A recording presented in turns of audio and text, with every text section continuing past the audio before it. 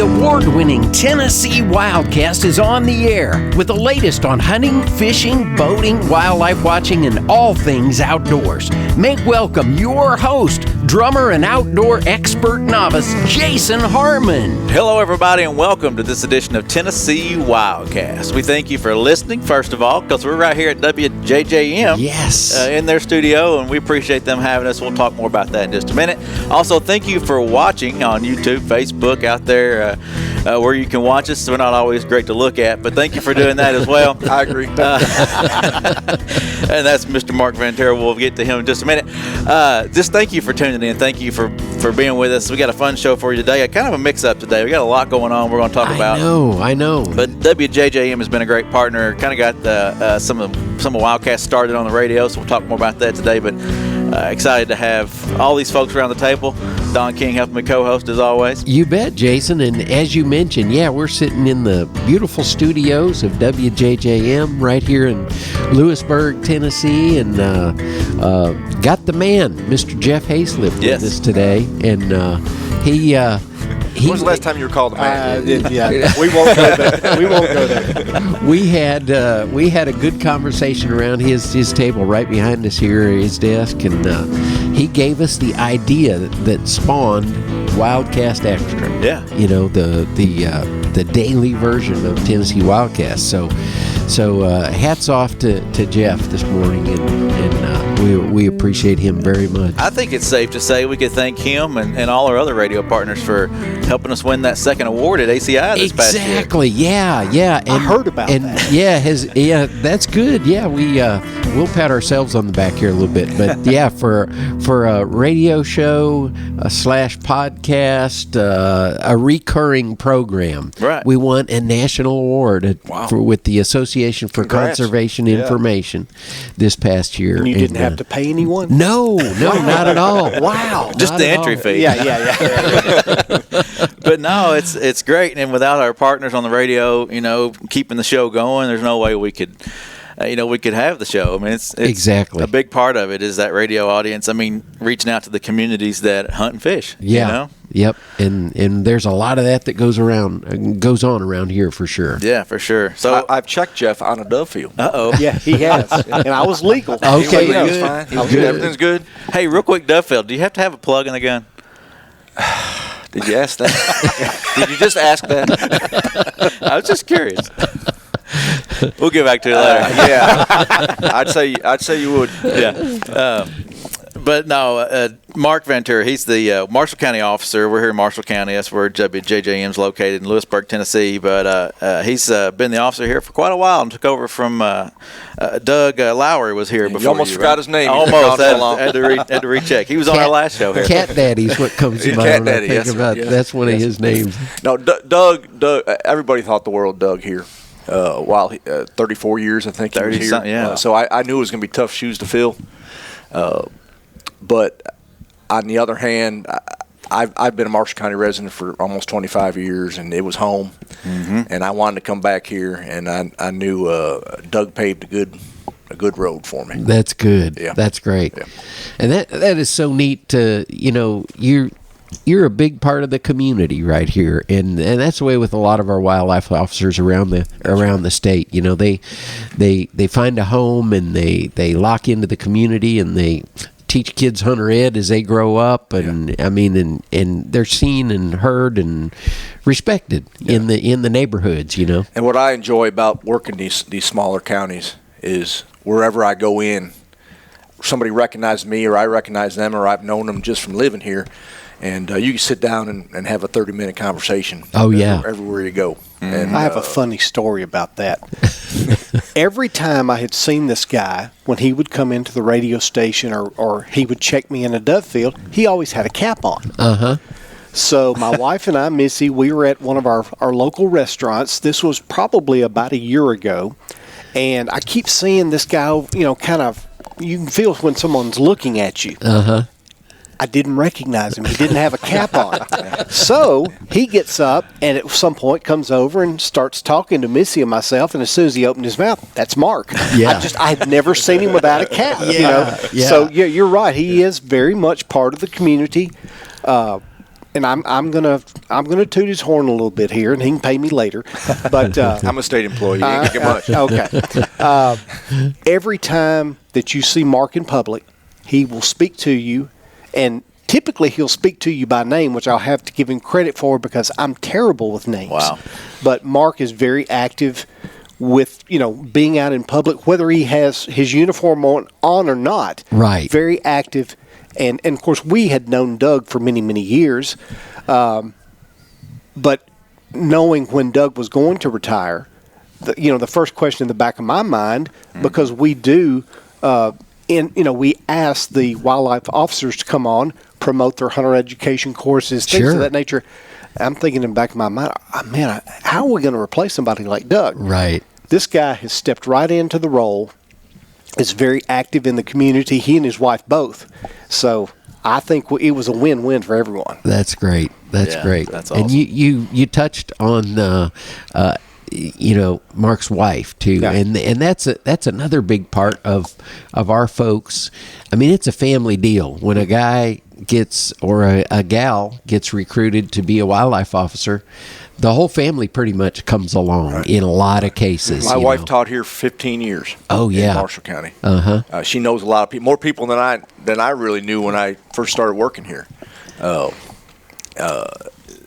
So yeah, you become all wildlife officers and their families, and the ones that we don't have children, but the ones that do have children, their kids go to the local schools, and that you become entrenched, and everybody knows everybody. And, Yeah. And my wife answers the phone a lot. A wildlife officer's wife answers the phone Exactly. a lot. I was thinking that. She's Yeah. my first dispatcher. Yeah. And she's heard you answer so many questions. A lot of them she can just answer. Can't Yeah, she? and She doesn't have to call a you. few times a day I'll get texts from her. She teaches in Murray County now, but I get a text. So and so wants to know what he needs to get on the dove field today. So she relays that stuff to me, and if she can't answer it. Well, if you don't have an officer nearby, tnwildlife.org, and you can find out what you need. Yeah, that's all right there. Yeah, good deal. Well, Jeff, thank you for having us at the station again. Sure. We recently shot a show, highlighting the auction and the Hunters for the Hungry auction that y'all sponsor here and host. But thank you for having us. And we've got Mr. Danny Bingham with us today. He's with Apex Bank, and he is a personality on the radio with you with football, I think we said, Right. and you do basketball. But thank you for being a sponsor of WildCast through WJJM. We couldn't do it without you. Yeah, our pleasure. Jeff approached me with the idea, I don't know, a couple years ago, I guess now, and then we talked about it. And my president is a very big outdoorsman. He loves to duck hunt, any hunting really, but loves to get out in the ducks. And so it was kind of an easy sell when it came to that, and we really have enjoyed it and felt like it's been a good thing for our community here in Marshall County. Awesome. I'm glad it relates to the county, and it works well for the station. Yeah, I mean, that's it does. That's good to hear. Yeah, Absolutely real good to hear. does. I guess let's go back in time just for a little bit. Sure. I got in contact. I didn't know who to contact. We had, here at WJJM, had always carried some type of a hunting, fishing, wildlife type show. And the current show that we had, they had decided they were not going to have that show anymore. Missy and I were talking about, we, just like you said, hunting, fishing, it's all here in Marshall County and the surrounding counties. Yeah. We've got to have something. And she said, why don't you reach out to TWRA? So I got looking on the website, and I finally found an email address, and it was not Don's at the time. It was another young lady that was very glad to help I me. remember that email coming forward. Yeah. I sent the email, and I told her what I was looking for, and if you have someone there that could talk to me, I'd love to talk to you. Now, I'm going to go back in time, and I'm not trying to say that Don is older than me, but Don's a little older than me.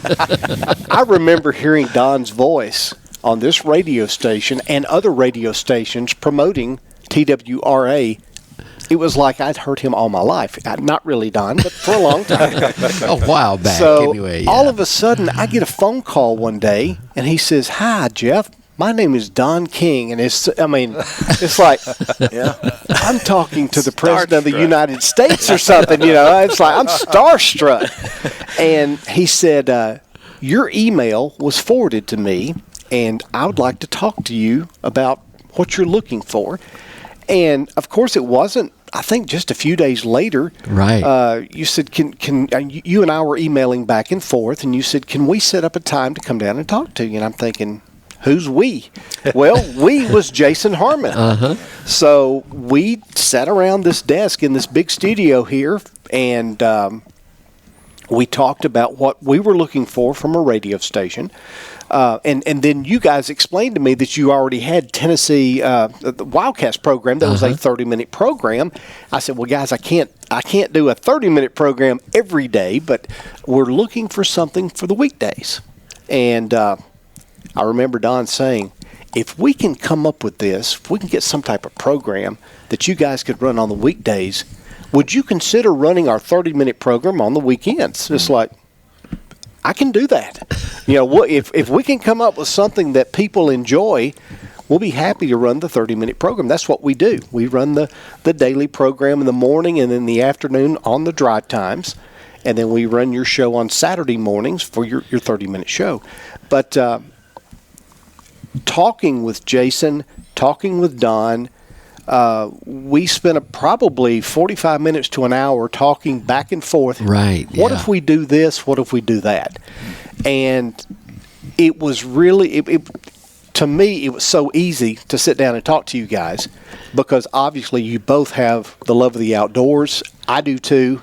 And I'm like Danny, I wish I had more time to spend doing that. Yeah. But within a short few weeks, we launched Tennessee WildCast Extra. Extra, yeah. And we were tickled to death to be the first station to do so. And now, if you go to the TWRA website, and for the folks watching or listening, I do invite you to go and see the enormous list of the other radio stations that have picked up this program. Yeah. And now they win awards. It's amazing. It's a blessing to have you guys come on board, in the very beginning, and it's great to see how it's growing. And we consider WJJM our flagship for the WildCast Extra for sure. Yeah. I like that. Now let me be fair. Sure. We talked about an hour about the show. I already knew Don was a musician. I did not know Jason was a drummer. So myself being a bass player, then I said, "Okay, guys, we're through talking this. Now let's talk music." And then find out they've got a traveling band that they go around and play shows with. And I'm going, "Man, that's cool." We're always needing somebody else. Maybe you can set in sometime. I'd be glad to. But no, we have really enjoyed the programs. Jason, you and I were talking out in the lobby when you got here this morning, and the number of topics that you guys come up with, and we were talking about the hearing protection, out in the lobby. Yeah. And I love that show because that's, kind of down my alley, in-ear monitors and things of that nature. But, folks, when you listen or watch this program, it's going to cover. I remember you had turtles, talking about turtles. You've talked about the bears. I remember the bears not long ago. You're going to cover a whole slew of topics, and that's what I like about the program. When it's, it's getting to be like, he's going around checking folks now for dove season. Right. When it gets to be close to dove season, you guys typically do some sort of program dealing with what do I need if I walk in a dove field? Exactly. How do I get to be legal? That's what I really enjoy about the program. It's a lot of that. A lot of the time of year, what's going on, what's happening.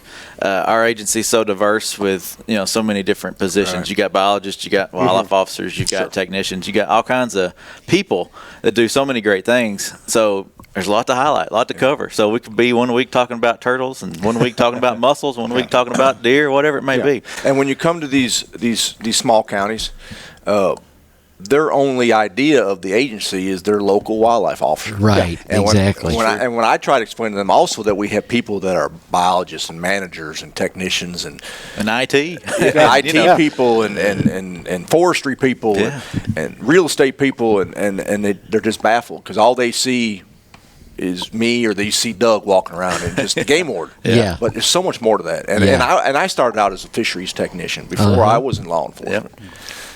So I try to explain all that. But the officers are the face of the agency in their counties, and so it's good to get it out that Absolutely. all these things that the agency does for them. And radio is such a great way to do it because, there's so many people going to and from work and just having the radio on at home or at work, that it's just a great way to communicate. It's just, Well, that's why we chose the times that we chose, Don, is because of drive time. and we appreciate that. And that's when people, and I realize and we talked about this the first time you guys came here, we realize people are driving and their time is precious. They have the availability on a radio. If they don't like that programming, they can sure change to another station, and we don't want them to change to another station. No. So we understand when we pick programming, it's got to be a professional program, which your guys are the programs that you put out, very professional, that it's interesting. I think you guys bring up great topics. And then, of course, we can't do anything without having our sponsor here. Exactly. And like we said with Danny, with Apex Bank, those guys have been pretty much with us from the get-go, and we really appreciate what they do. And, with everything, you have to put it out there, and you have to gain a listenership, and we have that now with the program. That's great. Awesome. That's really good. Yeah, that's awesome to hear. Speaking of Danny, you mentioned, or just switch gears just a little bit. Recently, the floods in Waverly. Yeah. And you mentioned your bank helped out quite a bit there and helped donate some things. And We did. We've got a sister branch over there. Matter of fact, that's where my president usually his office is. And fortunately, the bank itself was not affected by the flood, but everything around it was pretty much. Yeah. And we've been from Chapel Hill. We've been going over personally delivering items, and I also want to say thank you to our audience and to the people that have been donating not only money but supplies. It's amazing. And I can get into that a little bit more later. But yes, we've been helping those people out.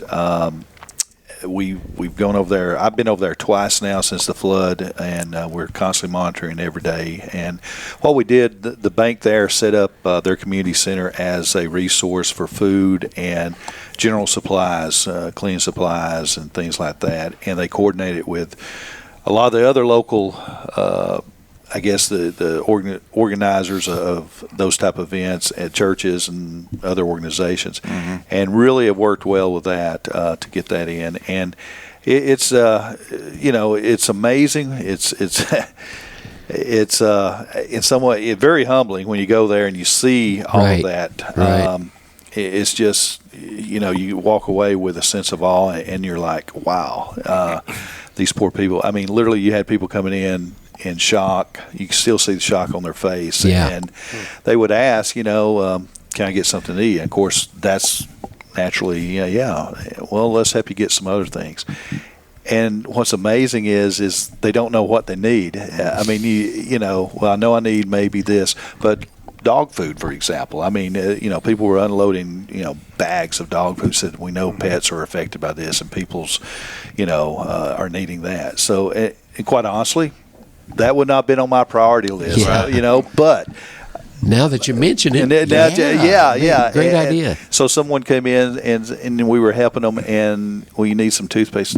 Yes, I didn't even think about that. So it's one of those things, and then you see the state resources coming together. I mean, from all over, officers and various fire departments and things helping out. It's amazing. It like I said, it breaks your heart in one way, but on the other hand, you swell with pride because you see what Tennesseans can do, and it's amazing to how they came together for that little community. And it won't be the same. It's just been too much devastation in that little town. We as a bank are trying to reach out more and more and help. Fortunately, some people came forward to pay for funerals and things like that you typically it happens, and you're like, well, just assume somebody will take care of it. Well, somebody has to step up, and they did that. And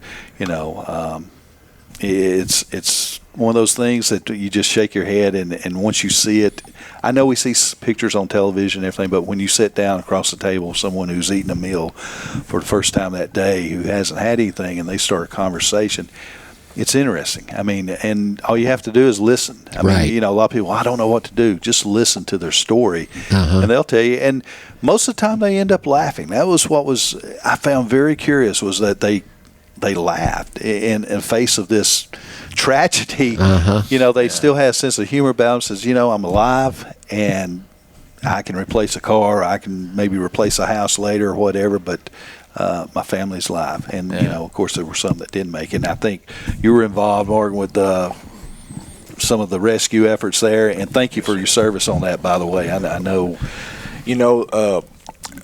I was sent up one of the days. Of course, they asked for volunteers, and every one of our officers wanted to go. We want to help. That's how you're trained. And being so embedded in our communities, we want to go help all the time, and we're not called upon all the time. There's several rungs of government that it has to come down through to get called out to it. But we all want to go right away. Why aren't we going? Yeah. When can we go? But you got to get that call. I got my boat loaded up. I'm ready. Right. Yeah. Well, the Gassed skill up, everything's set, running. your skill set and your tools that you have in your belt are different than what some other folks have. And y'all. That's right. We're used to working out in the elements. The day I was up there last week, one Wednesday right after the flood, it was 96 degrees. We're used to working in the heat or cold weather, if it was to be that. We're used to getting muddy. We're used to getting wet and working in those conditions.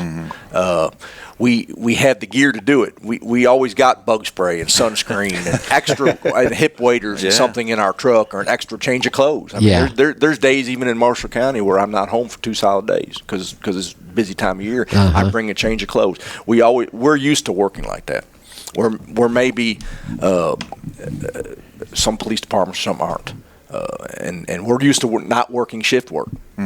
Yeah, you're on call all the time. We may work 3 hours, or we may work 16 hours. But we're used to that. We're used to changing on the fly a little bit.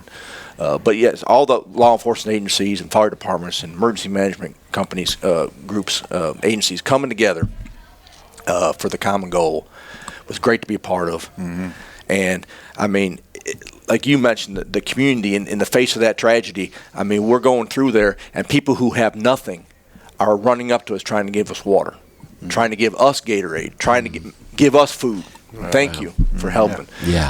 People coming, and this is just specific to TWRA, but we had a group of volunteers that wanted to go searching with us. I was part of a recovery search team. They wanted to go with us because one of their family members was recovered by one of our people. So they wanted to be with us. Wow.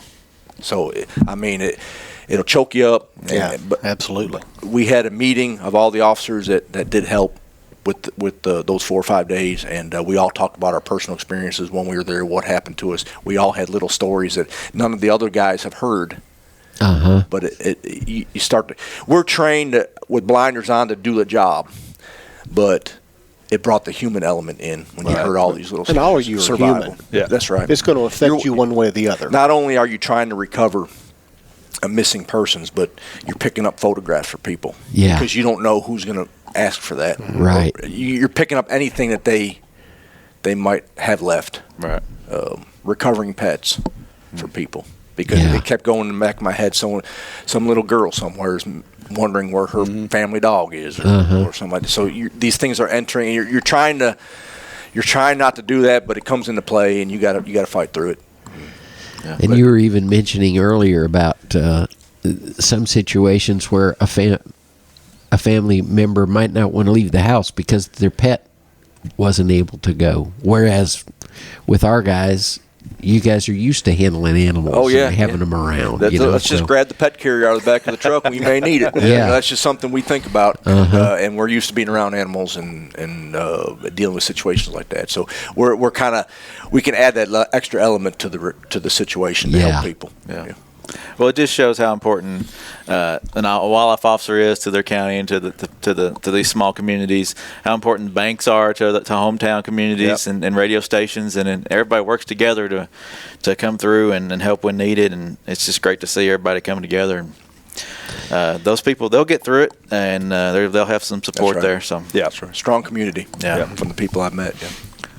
Well, shifting gears just a little bit back to Danny, I want to find out a little bit more about this football season that's upon us. Friday Night Lights. The voice of Friday Night Lights on WJJM, is that right? Yeah, I do. I call or assist calling the Rocket football broadcast, and Craig Ladd and I are on Friday nights, and we bring that to the audience. I'm enjoying it. I'm an old coach and all, and kind of had several lives, and right when I think I'm getting out, they pull me back in. But I'm enjoying it. I'm learning a lot. Craig Ladd is a remarkable guy that is very well organized. He does his homework and does his research, and you can learn a lot from somebody like that. And I appreciate Jeff and Missy giving me the opportunity to just have fun on Friday night and watch a ball game, a high school ball game, and actually do what I do anyway. And when I'm in the stands, well, he should have blocked here or should. You're that armchair quarterback, right? Exactly. But I get that opportunity, and I'm very blessed and thankful for that. But we try to bring a little light to what's going on the field for those who are listening, and understand, it is high school football. That's neat. I think it would be great and be fun to do something like that. Oh, yeah. It is. It's fun. I had the opportunity to call baseball games in high school. That was fun. Play some music, and announce the players and things. It's fun to be at those events. When I was a little kid, I always wanted to be a sports announcer. Yeah. I'd sit in the stands with my dad at football games, and I'd do the play-by-play. Oh, cool. Yeah. That's awesome. You made another color guy? You can do color guy? I know.